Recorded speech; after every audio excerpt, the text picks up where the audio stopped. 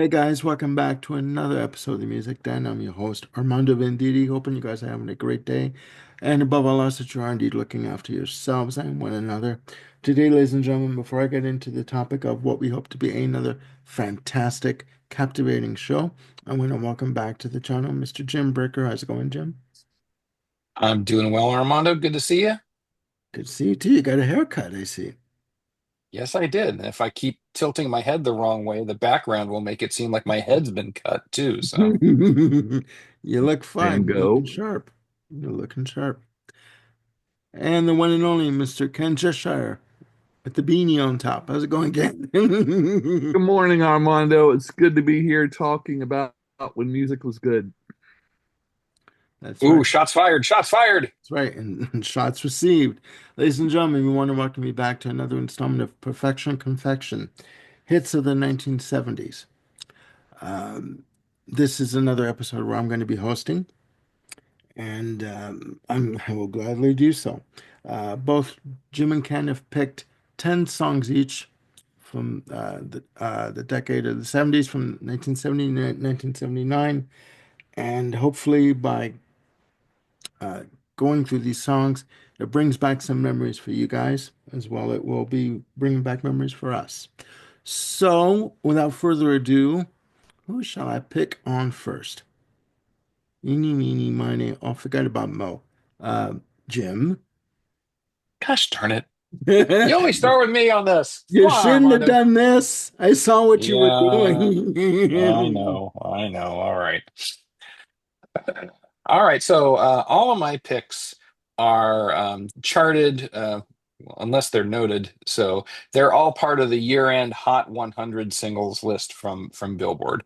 There's a couple in here that didn't make that, and I will note them appropriately.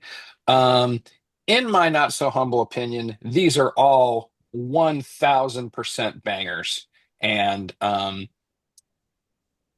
if folks aren't familiar with these tunes, just dial up the Spotify playlist or the YouTube playlist as we've added them down below, and just pretend you've got your ear next to your AM radio and you're just basking in the glory.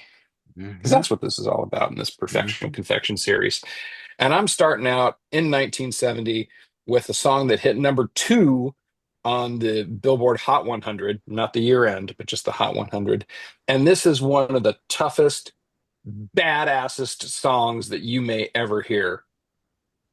And this is Vehicle by the Ides of March. This Okay. sucker has a horn section that will give, Tower of Power and Chicago a run for their money. And it's just got this breakdown chorus that's just feels like James Brown on steroids. It is just one tough, amazing tune. And I know every time I heard this on the radio, I was just stopped and transfixed because it's just so commanding. And I words are failing me on this one. But yeah, as far as things that just excelled from the year 1970, this was an easy standout for me. Um, and there's so many awesome songs that were on the charts in the 70s. It's kind of hard to pick a loser, but I think I definitely picked the grand champion of 1970 here, unless Ken's will knock me off the pedestal. Well, we'll see. Now, what I've noticed is when I've done these lists with others that usually our picks overlap. Uh, at least one or two episodes where the picks overlap. So, ladies and gentlemen, we'll see what happens during this episode. Yes, Ken? our lists were independently produced. That's right. Yes, yes, yes. Ken? Okay. My 1970 pick reached number 8 on the Hot 100, produced by Todd Rundgren. Let me give you a hint.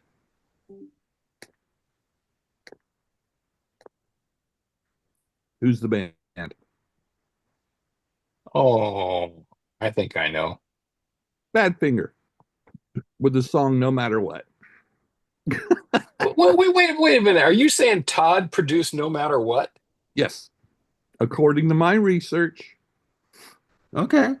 Wow. I Could be forgot about that wrong. one. Could be wrong. Amazing pedigree that band has. I Yeah, I forgot know. about that It one.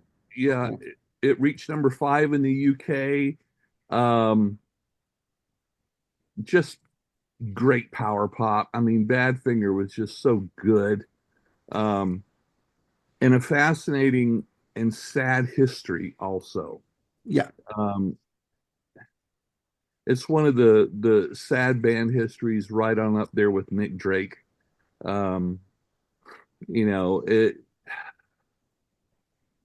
it's just amazing they put out so much good stuff in such a short amount of time. Also, of course, recorded on Apple Records. Um, Yeah. The you connection know, with Paul McCartney and the yeah, Beatles is, yeah, is and you can tell the McCartney influence in their sound, and they yeah. actually recorded a few McCartney songs too. Yep. But yeah, no matter what, just Badfinger is just it's quintessential 70s for me. Oh yeah. And in a way, for it to be 1970, the beginning of the decade, to me, it feels a little bit ahead of its time for the 70s vibe. Okay. Mm. Because it's beyond 60s. It does for me have that definitely a 70s feel. And Hmm. uh, and right at the dawn of the decade. It's just, yeah, it's nice. If I'm wrong about Todd Rundgren, please correct me in the comments below. My sources could be mistaken. Okay. All right. Well, Yeah. no, I actually, I mean, when people think about Badfinger, they think about, come and get it. But Mhm. um, they don't think about no matter what. So that's a good choice. That's a good choice. Yeah. All right. Yeah, I think that may be the progenitor of power pop right there. I Mhm. mean, I thought Mhm. I had a song later in my list that could be considered that, but no, I think that Badfinger might be the one that takes that prize. Um, we Mhm. should do an origins of power pop and history Good idea. of episode someday, gentlemen. Okay, we should add that to Well, the list. Yeah. Oh, another list. Great. That's all we need is a list. All right. Yep. That's a good choice. That's a good choice. All right, Jim. Okay, so one of the most awesome things about AM radio in the 70s was that you had all styles flowing through there. You know, yep. you could hear, you know, Bread, and then the next track would be Edgar Winter's Frankenstein, and then you could hear, a Beatles tune or, whatever. It was just all over the place. Yeah, BJ Um, Thomas, whatever. Yeah, raindrops keep some falling on Stevie the roof. Wonder, yep. Um, but so in that variety, I am sticking with going with something pretty soulful. And this hit 13 on the year-end chart for Billboard Hot 100. And this is Want Ads by Honeycomb. Now, Ooh. this is just out of the gate, kind of funky, soulful. This may be, I mean, the fact, Armando, that you reacted the way that you did tells me it's not completely a lost song, but it's something I think that needs a lot more love and attention because it's just another one of those. I don't recall if this is a Motown song, but it has that sort of era and feel about it where it's just undeniably catchy. You want to sing to it, you want to dance to it, you want to do the Watusi to it. I mean, it's just an outstanding track. Yes, I said the Watusi. Good Lord. Yeah, Want Ads by Honeycomb. If y'all haven't heard it, check it out on the playlist. It's just got this vocal that is completely just unrelentingly, you know, positive, but also kind of like shaking your finger at the man. type of thing. Well, you're It's shaking something at the man, that's for sure. Um, well, now you yeah, just keep that between, you know, you. I know. Want ads, honeycomb, 71. Boom. It Beat definitely beat has that, that. Ken. It definitely has the sound of Philadelphia vibe, that feel, Yes. that feel to it. Oh, oof. Okay. That's a good one. My God. I'm not Uh, even going to try to sing it, even though I want to at the top of my lungs because it's no, so good. I'd have to grab parts of me I couldn't reach anyway in order to reach those notes. So I'm not gonna do it. I'm not gonna do it. All right. Okay. Now Ken's thinking Too about many visuals. no. I don't know if I can beat you, but I think it would give a run for your money. 1971, it peaked at number three on the Billboard 100 and reached number one on the Hot Soul Singles chart. And that is the Cornelius Brothers with Treat Her Like a Lady. Oh, okay. I haven't heard that one. I think you'd I know recognize I've heard it, but it I escapes me would at the probably moment. recognize it. Yeah. it. Okay, well, hmm. Okay. I got you on that one. Yeah, Yeah. I Well, don't know how listen to to it. describe it. It's upbeat, it's soulful, it's catchy. It's got really catchy background singers on it. Um, yeah, Sister it Rose, huh? Cornelius Brothers and Sister Rose. Yes. Oh yeah, okay. It's coming You're gonna back. treat her like a lady. The background Okay. singers treat her like We need to have treat her Ken like. sing all these Okay. Okay. because you can carry a tune with a handle. Well, it takes two Maybe hands two. these days. Yeah, Okay, no, but it's a good yeah, one. I forgot about. I mean, when you mentioned the title, I couldn't sure. place it, Yeah. but Well, when it's you the same sang with it, want ads too. Yeah, yeah. it took me a while to catch that one. So, The thing is, One Ads is played on the music channels, like on the cable music channels oh, okay. that on the seven Hmm, classic 70s station. So yeah, okay. yeah, that's how I know that one. It's All right, not as obvious as my next choice, but that's okay. that's cool. The thing, and just quickly, the thing I like about these episodes is, again, as we talked about before taping, um, you're not treading over the same ground again. Like you're mentioning or going into uh, other areas, like other songs that we haven't really talked about before on the channel, right? And to me, it brings back vivid memories um, of when I was a kid. I mean, again, I've started listening to music when I was 3 years old. Yeah. That's my first memory, you know. So yeah, it's fantastic, fantastic. All 60s right, and 70s were the soul decades for me. Those are my yeah, Oh favorites. yeah. yeah, and Motown or not, yeah. I've said this on another show. I consider myself a child of the 70s, even though, my teenage years were the Sure. 80s, but I consider myself a child of the 70s. I really do. I can't explain why, but it's where my mind goes to, like my memories go back to most. So, Mhm.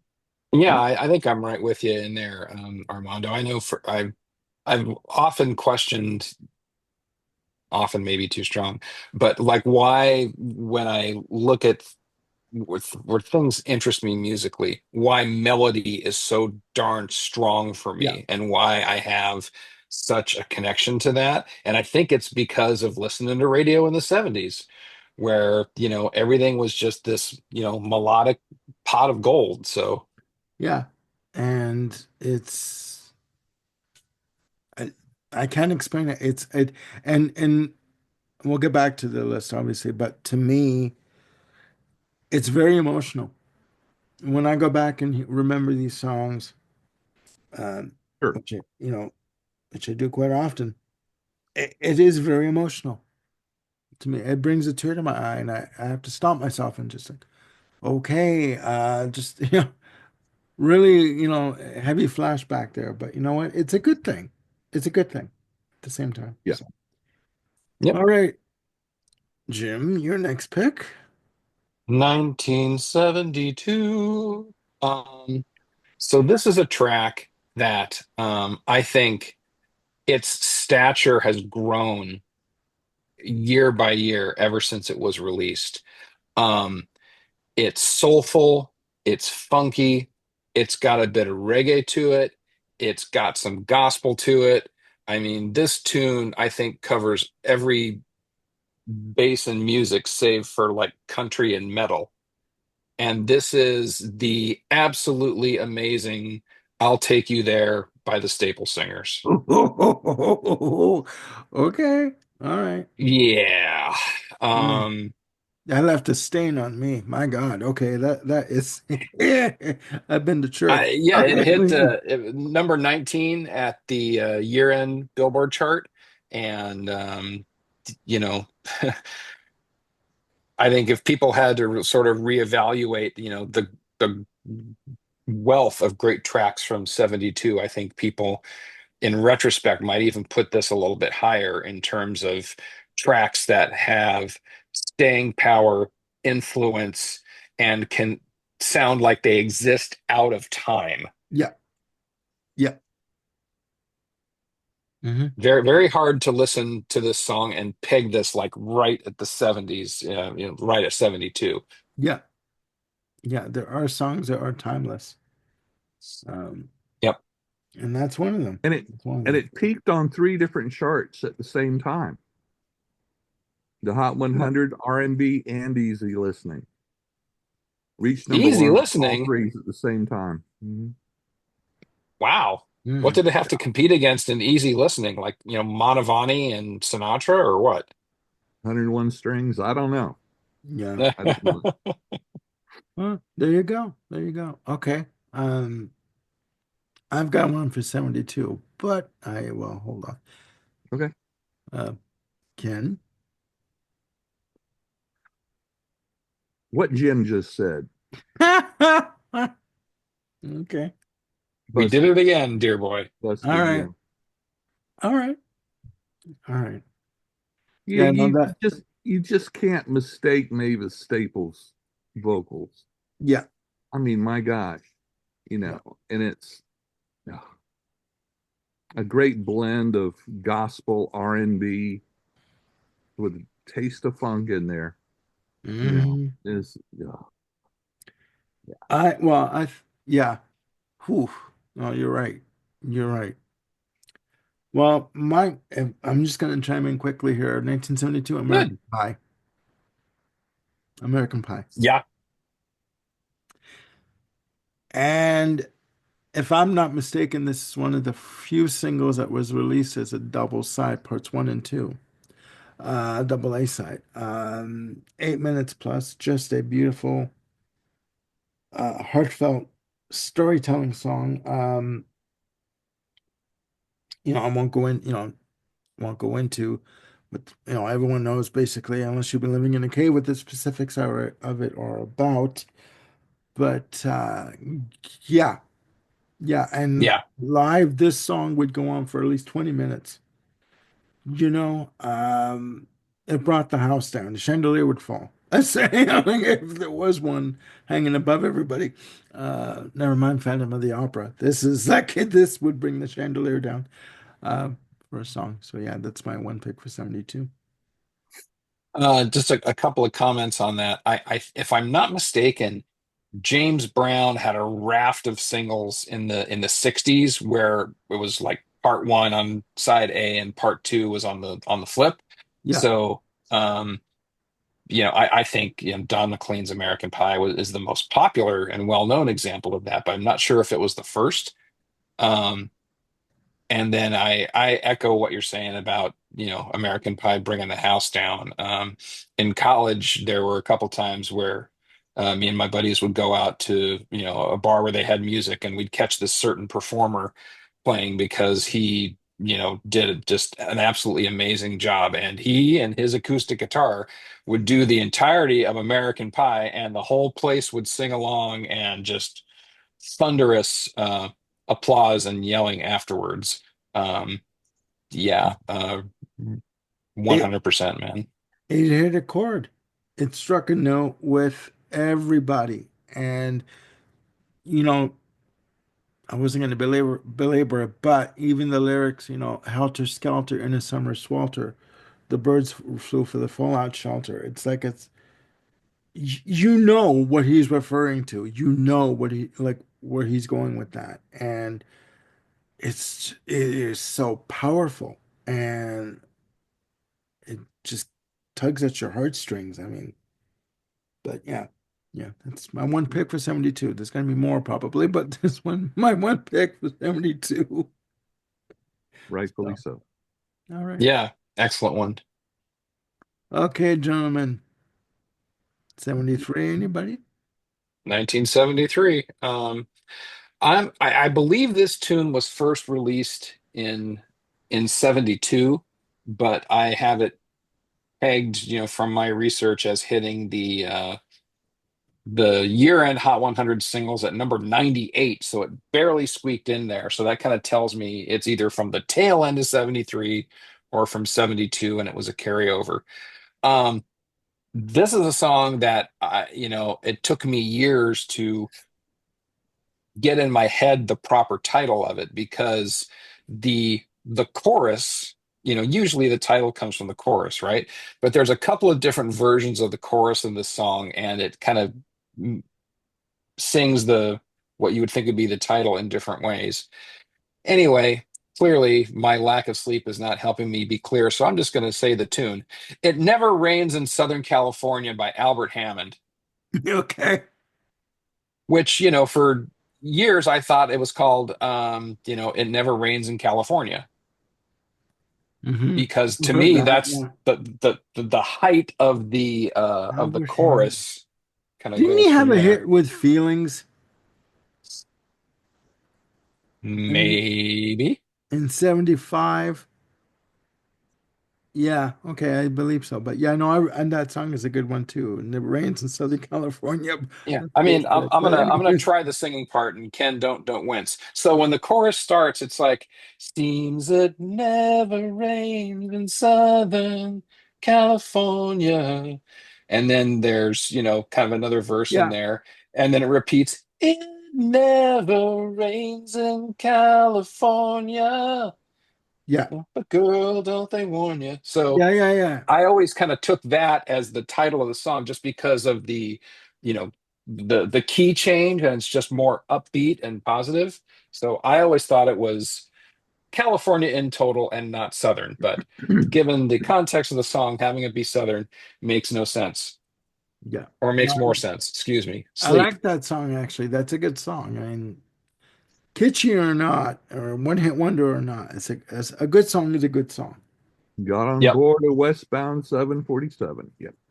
Yep. Okay. Won't you tell the folks back home I nearly made it? It is just a great song. I got another one for 73. Go on, Ken. All right. I'm sticking with the soul theme. Um, I love the Isley Brothers. They they did soul really well, but there was that flavor of rock in it too. There was a lot of guitar, you know, in their soul. And this one is That Lady.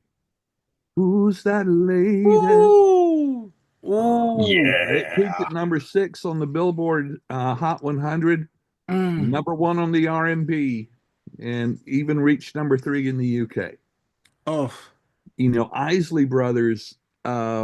sweet That's Jesus. one thing I like. It was very, very soulful, but there was a lot of guitar in there. Yeah. Hmm. More so than a lot of soul, and that always got my attention. And this is Hmm. when there were three brothers at this time, and Hmm. oh, Yeah. No, that's a good one. My God. And that's another good combo that just screams AM radio, because you would hear "It Never Rained in Southern California," and then right after that, "Who's that lady?"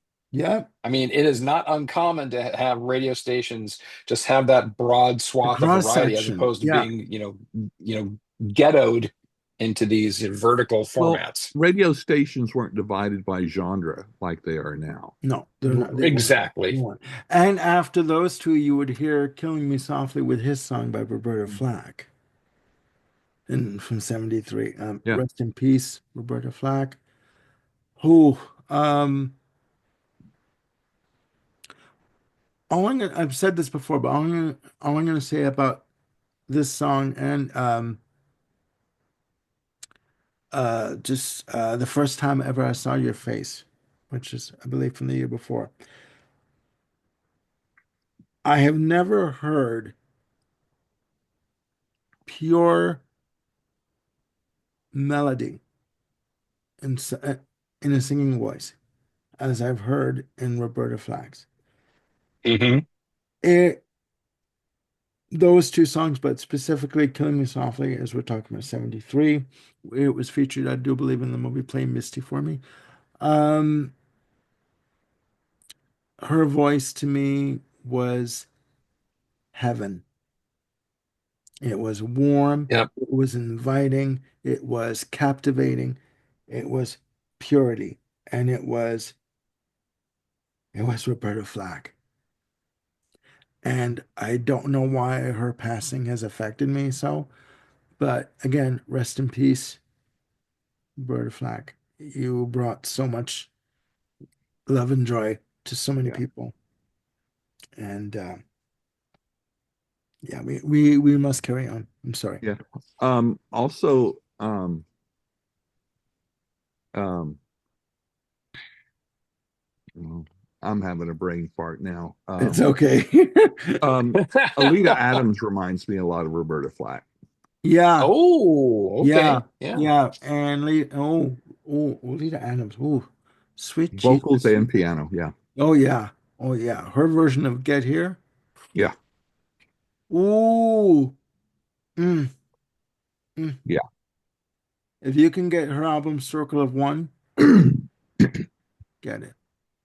You are, Hey, if you're before we a poet. leave the world of Roberta Flack, I want to kind of give a shout out to Johnny Cash's cover of First Time Ever I Saw Your Face, which is from one of the series of the American albums that Rick Yeah, Rubin produced. Mhm. Just absolutely captures that feeling, that Roberta so amazingly did on her single, but because it's got that sort of weathered, world-worn Johnny Cash vocal to it, it just makes it ever the more poignant and touching and sad.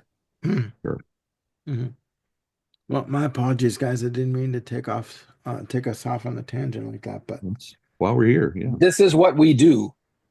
I had to. No I had to. Men- apologies. I had to mention Roberta Flack. I just Yeah. okay. Yeah. Mhm. Um. All right. Moving on.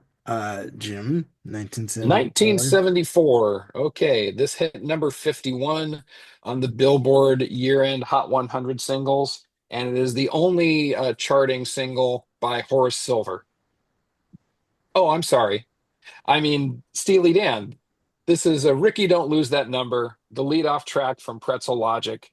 And yeah, I don't think it was their highest charting single overall, but I think this is perhaps the one that has the most staying power, um, probably due to that unbelievably catchy Horace Silver riff that they appropriated, Mhm. and just the way the whole song goes and just the content of it kind of is a lot more catchy than say something like Josie or FM, even though those are classic songs too. Yeah, Ricky Don't Lose That Number, I think is just an absolutely stellar tune I would agree. for of the first seven albums. Pretzel Logic is my least favorite of the Steely Dan, but this song will always be like an 11 out of 10. I agree. I agree. You All make right. that face at me, Ken. Are you displeased with my comment? Ken. I really like Pretzel Logic. It was my first Steely Dan album. Well, I think yep. Ken wants to take Rio this Gold. outside, Jim. He's welcome to. It's going to be 80 something here. He's welcome to. All right. All right. Your pick, Ken? I'm going back to the power pop by a band that, at least where I grew up, um, I don't think got any exposure at all. I think they were very popular. I think it was in California. A band called Big Star. And I've I heard of him. chose their song Summer Girls. And The Summer Girls or September Girls? ooh, I may have a typo here. No, I think it's Summer. I've heard All of the right. name Big Star, but Summer Girls. I'm playing the song in my head, and I'm hearing summer in my head, but I don't trust what's in my head these days. But anyway, it's got elements. It's kind of Beatlesque. It's got that bird style guitar work in it.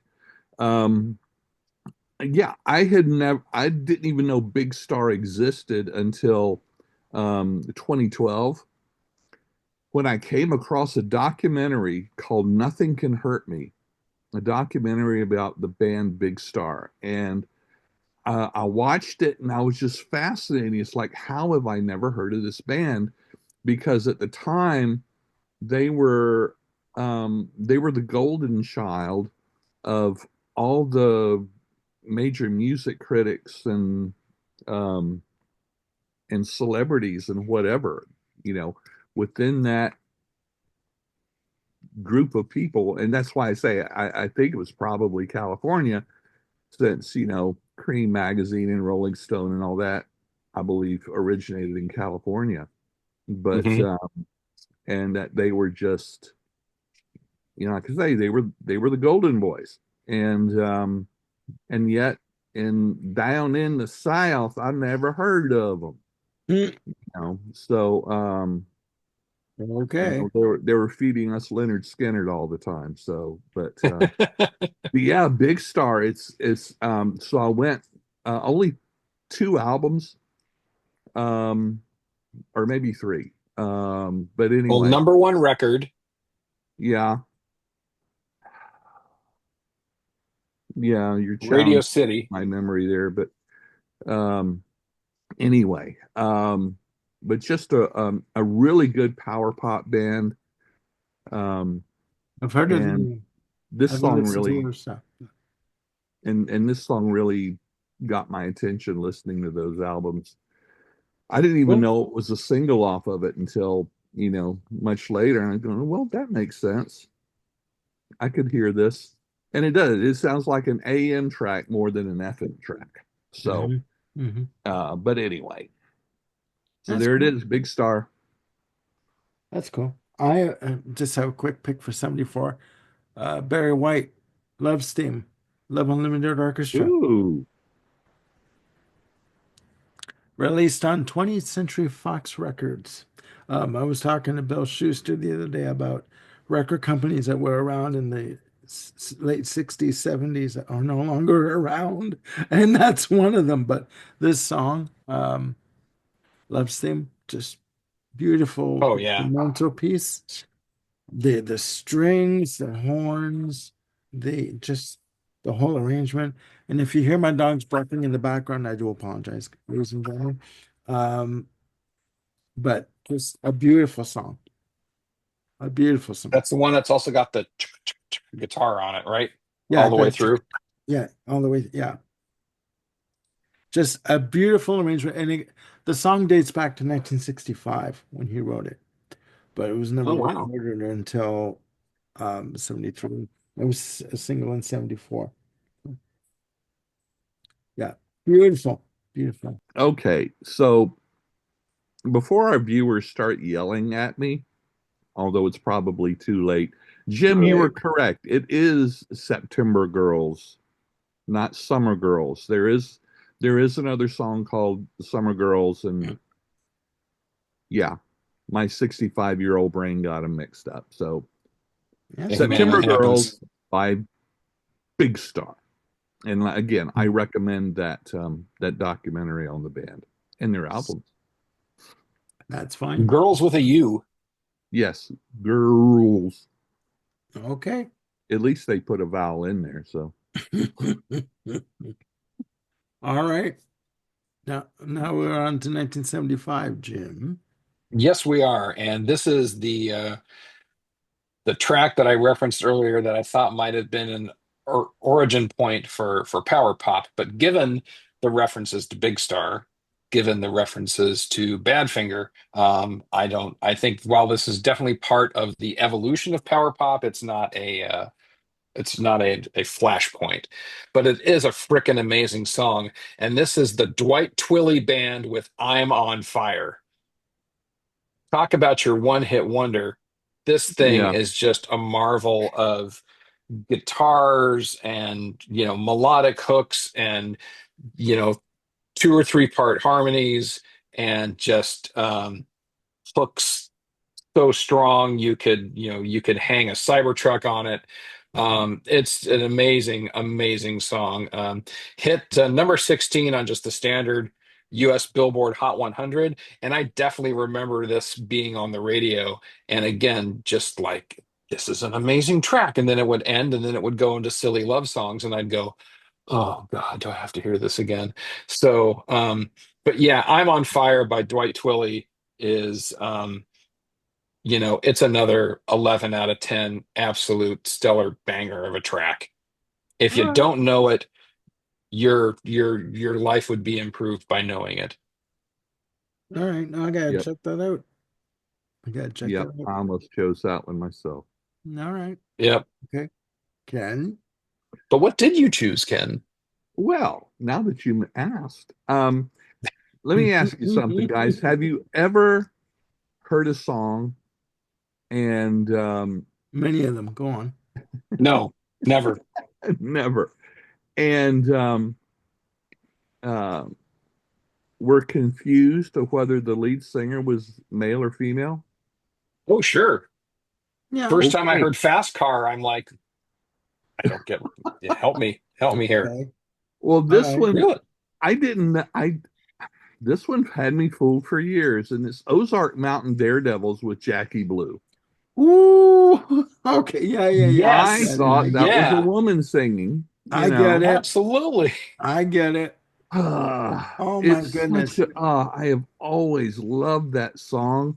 Oh, yeah. Um, it charted on, another one charted on three charts simultaneously. The Hot 100, it reached number three, Adult Contemporary, number one, and again, it made it on to 33 on the UK single.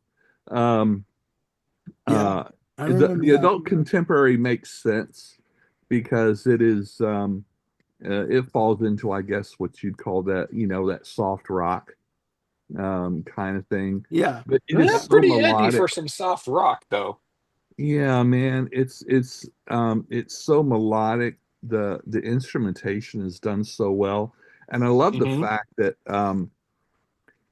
the verses and the chorus are in two different keys. It just, I don't know, it just gives it a whole nother, flavor. Okay. Hmm. And Yeah. oh yeah, I've always just loved that song. Never Yeah. tired of it. Good one. Oh, Good yeah. one. I forgot about 50 that one. years. And I can see where you would be confused whether it be a male or female because he's singing in a higher register, Yeah, right? So yeah. ooh, that's a Now, good. now, Ken, if I'm not mistaken, you've talked about Ozark Mountain Daredevils on another episode that we've done, and I think that you've said that Jackie Blue is kind of unlike the rest of their catalog. Am I remembering that correctly? No, I don't remember ever saying that. Okay, well, that's just me then. That's my Okay. senior moment. All right. Okay. Well, for But Ken, 75, you were just erudite. You were cogent. Your argument made so much sense. It was a brilliant dissertation on Ozark Mountain Daredevils. There Oh, you go. isn't Ozark Mountain? Didn't they also do if you want to get to heaven, you got to raise a little hell?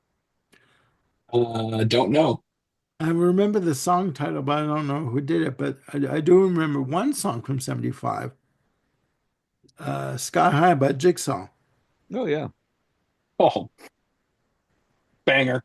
released on Elektra Records, I do believe. And short song, 2 minutes, just under three, but man, powerful. And But man, there was a dance remake of it Ooh. done in the mid 2000s. Why would you do that? Like it's Well, it's like, um why would you remake Snow White? Because people are, money grubbing and stupid. yeah, yeah. Anyways, no, Jigsaw was Sky High. Oh my God. You don't Uh want to sing us a little bit of it? I want to hear that tail of the chorus. Come on. no. I'd have to grab myself and I'm not doing it in order to get that note. I'm not doing it. I'm not doing it. But no. I mean, there were a bunch of ones in '75. There was that one. There was Lady Marmalade from LaBelle. That it's just as down and dirty and funky as you can get. sure. Also So, an AM staple. oh my God, Yep. Patti LaBelle, Nona Hendrix. French and all. Yep. God, I mean, oh, sweet Jesus. I need a cigarette, but that's another issue That's a long way from singing with Laura Nyro, isn't it? altogether. True enough. True enough. True enough. My God. Um, all right, we must continue. 1976. Jim. Number 11 on the Billboard year-end Hot 100. This was the breakout tune for this duo who had been kicking around for a while. And yeah, I don't know what else to say. Sarah Smile by Oh, Hall and Oates. mic I drop. just I just absolutely freaking adore this song. In fact, this song was so popular that they ended up kind of like trolling their back catalog, and the record company released, help me out here. She's Gone from like 3 years previous because Sarah Smile was so darn popular. Yeah, I Um, don't doubt it. I mean, it's well known that a record company will flog a hit until they can't get they'll wring everything out of it until they can't get anything out of it anymore, and then they'll move on. But yeah, you're right. You're right. yeah, I mean, The this song is classic. just from the very first notes, that guitar intro, just with the bends and the sustains, is just it's absolutely captivating. I would agree. I would agree. Ken? Jim and I have bounced this back and forth a couple of times. Um, Yes. my artist is the same, except I'm going with the other one. I'm going with She's Gone. Oh, okay, Originally abandoned released in luncheonette. '73 and then re-released in '76. It did peak at number six, so it didn't it didn't chart as high as Sarah Smile, but I find it more soulful. To me, this is a bit more of the blue-eyed soul, and I don't think John Oates gets enough credit. I don't think so either. I think he needs to be mentioned more. I agree with you 100%. And and if anyone's not familiar with She's Gone and gonna go online and visit it, um, definitely choose the album cut and not the The single album cut. version. Yeah. Um, there's more to it. There's more development in the song, and it's just more goodness. Yeah. Um, this has always been my favorite Hall and Oates song. So Uh, does this have John Oates on lead vocal? He's gone. Okay. Um, Maybe I that's the mean, I mean reason. Daryl Hall gets his chance to do in his the cho- thing. in the Um, Yep. choruses, in the choruses. later on, yeah. Hmm. Especially when I get to the end when it's the question and answer bit. Yeah, yeah, it's the ad libs on the outro kind of Yeah, thing. Yeah, yeah. But no, I I've done well. Everyone knows these Good shows are choice. pre-taped. Fantastic choice. Everyone knows these shows are pre-taped. I recently taped some episodes that are going to air, and I've said in those episodes, instead of picking the single versions, I've picked like the single, just like I'm looking at the whole, like the full length versions of the tracks I picked. But to me, they are still single tracks. They're not albums. So I just picked the track itself. But I did pick, for my choices, I did pick the full length because sometimes an edit is an ugly thing to do, and it doesn't belong. I'm sorry. Hmm. yeah, I mean, yeah. You know, I gotta say, let's dwell on this. Let's let's take a well, little sidebar as we tend to do. may I ask Um, the I, question of the panel? Yeah. And this is on point about singles. I know that you're both of your opinion about Queen and not having an entry point for you, Jim, and about not really catching you, in terms of or getting you, grabbing you. Mhm. But can you both imagine Bohemian Rhapsody without the operatic section? No. There's a version that exists that's never been released because they were talked about releasing it as a single, and Elektra wanted to, in management, John Reed, stupid idea that he did, wanted to cut down, and even John Deacon wanted to cut down or omit the operatic section. So there is a John Deacon version of Bohemian Rhapsody with just the ballad section and and in front and the ballad section on the end. So you're missing the operatic section and the rock section. Can you Mhm. imagine releasing that in that form? It wouldn't have the same potency or the same It effect. wouldn't. It wouldn't, but I can actually imagine, I can hear it in my head. And if I landed from another planet and that's the only version of that song that I knew existed, I would think, okay, then that's a little strange, but okay, that kind of works for me. But Okay. knowing that there's this operatic section that has been omitted would just change the game entirely. The point that I was going to make Sorry. is that I don't think that the single edit of She's Gone is such an abomination. I mean, obviously you take out some of the Take out a is it verse a is at it a least. sax solo? Yeah, you get rid of a verse, you omit the lengthy sax solo. There's a couple other things that are taken out, but I don't think like the whole. I don't think it's such an abomination like it is a Bohemian Rhapsody single or a Won't Get Fooled Again single or the ABBA Cab single. I mean, those are all just abhorrent. Okay. Point taken. Point taken. All right. Enough But said. and just to cycle back on something, Queen albums I don't have an entry point with. The singles, I I quite like many of their singles. Hmm. Point taken. Point taken. All right. We must continue, ladies and gentlemen. Did you have a pick for 76, Armando? More Than a Feeling from Boston, the full length version. Because Nice. the radio version has a verse that's missing. Yep. So And many people have come and gone. yeah, their faces fade as the years go by. And I still recall as I walk along. You know what I mean? It's like Come on, go for it. I want to I'm hear not that hitting chorus. the Brad Delp vocal. Ken can harmonize with you. Come on. But no, the radio version goes, the single version goes from the first verse into the guitar solo. There's a complete verse missing. And to me, that is an abomination. So, yeah. Yep. All Thank right. God for FM radio when Bloody back well, in the right. 70s we could discover the unexpurgated versions.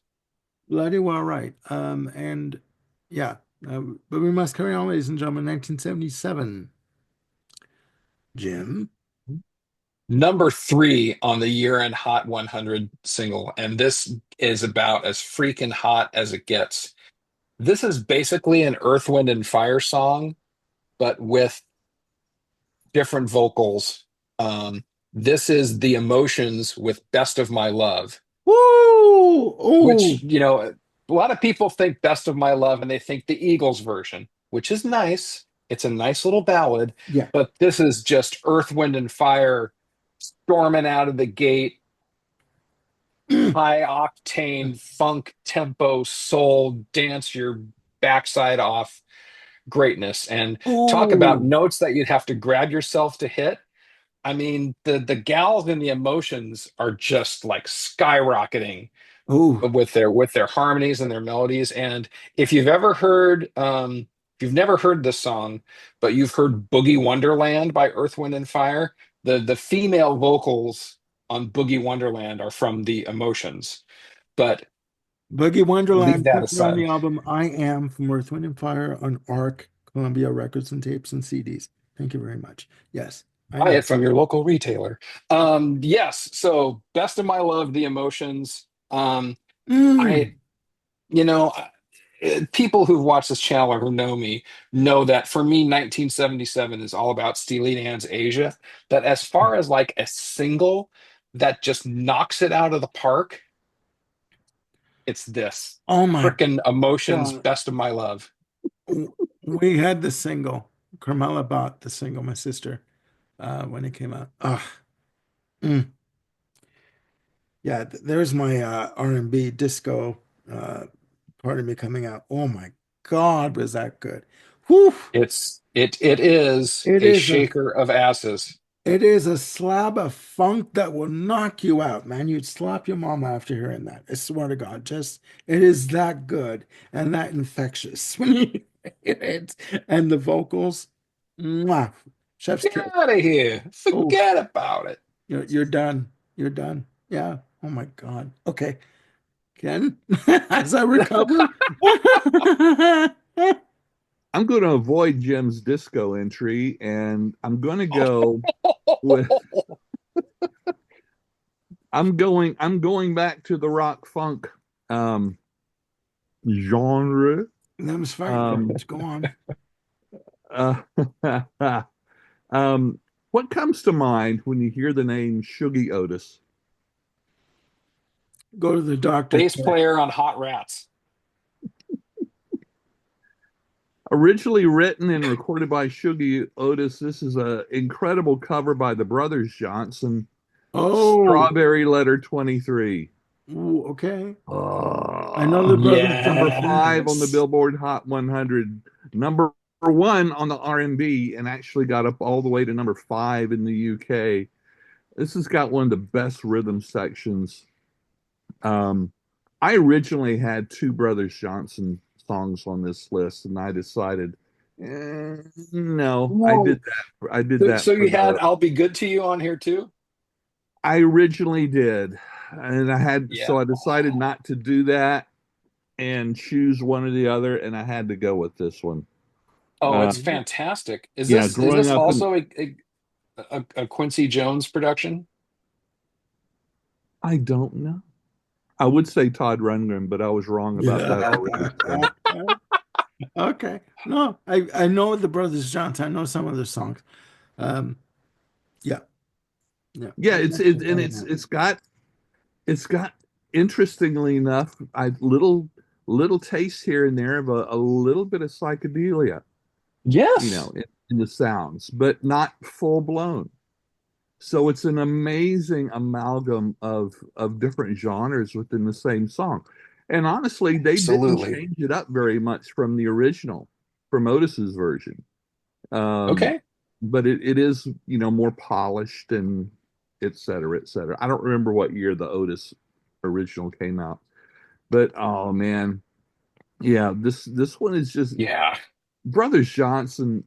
I haven't listened to a lot of their stuff, but what I am familiar with, it just sounded very, like the Isley Brothers. It sounded different from other stuff that was coming out at the It time. sounded Hmm. organic. It sounded Yeah, like yeah, live instrumentation, organic funk coming out of like out of your butt. If you, I mean, if you really want to go there, but yeah, it but it's not. just Yeah, but it's not like funkadelic no, kind of no, funk. Right. no. It It's wasn't what I call comical. soul. It Yeah, wasn't presented in a comical way.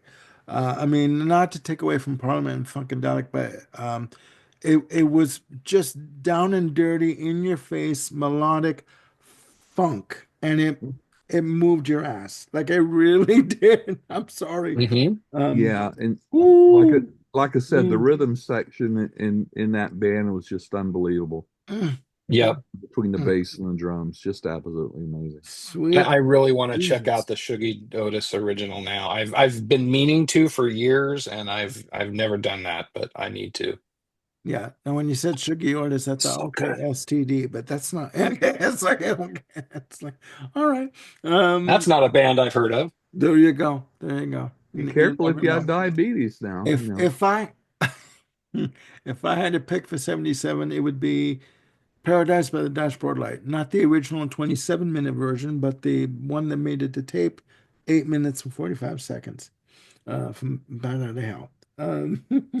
But of course, There you go.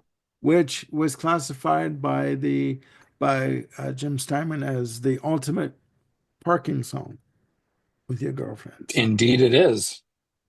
yes. So we must carry on, ladies and gentlemen, though.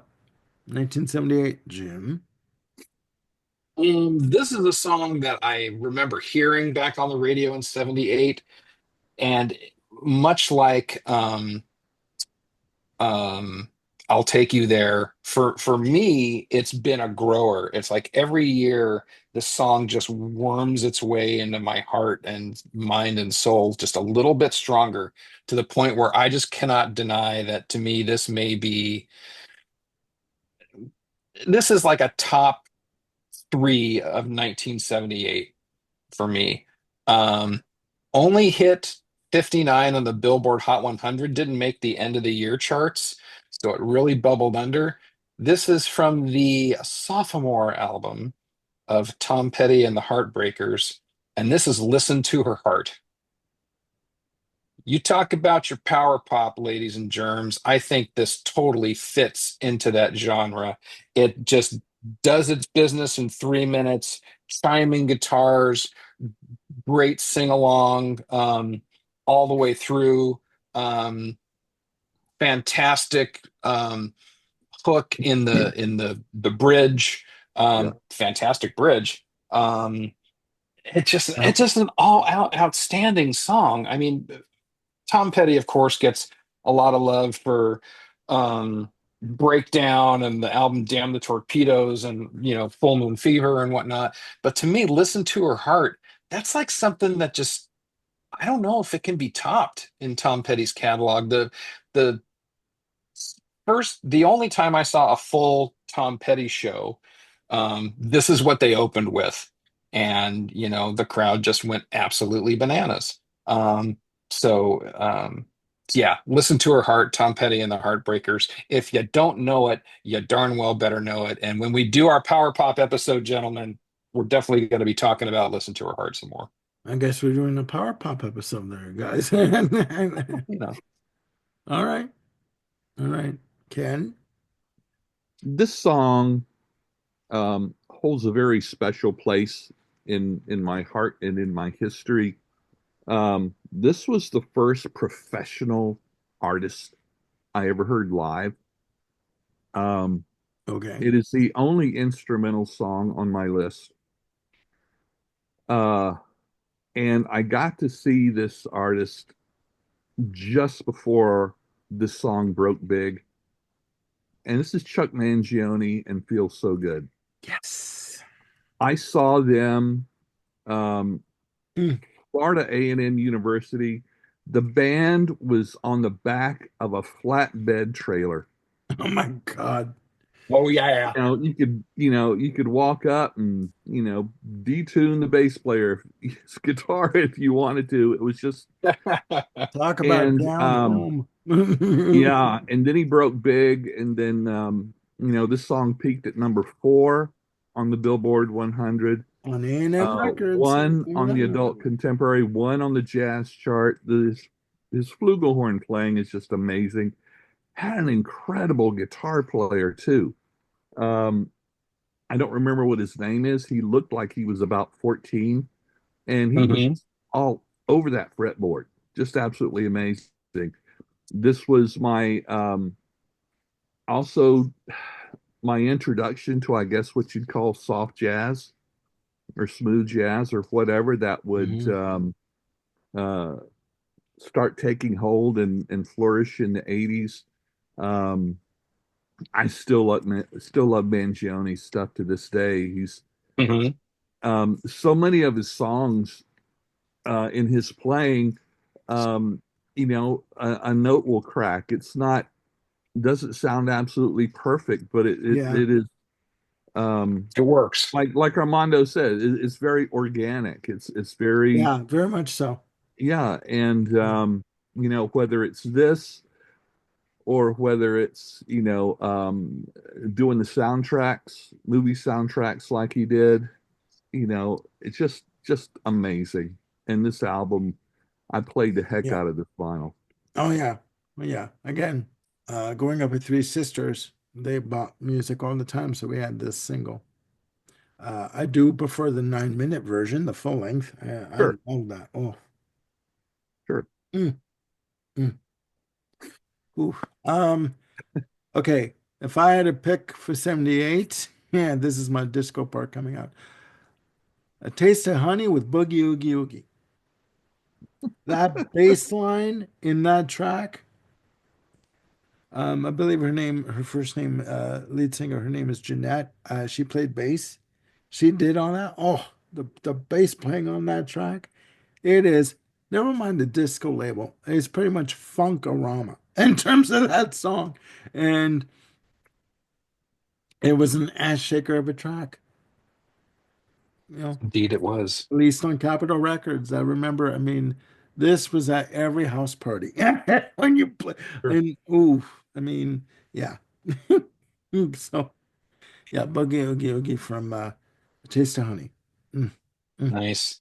mm. Um, Going back to Feel So Good for a moment, Yeah, if folks were not around during that time, it was not unusual in the late 70s for some purely instrumental tracks to kind of have a place on the charts. You yeah. got George Benson's Breezin', you got Morning Dance by Spyro Gyra, of course, this Chuck Mangione tune. But I think Love after Singer. this, Yeah. I think after this, things kind of died down for a while, and you didn't really get a purely instrumental track on the charts until maybe Kenny G. Sad to say, later in the No, 80s. no. Herb Alpert Am I with missing? Rise. Oh, yes, thank you. Yeah, yep. Yeah. So yeah, no, Well but I know played, what you're sir. saying.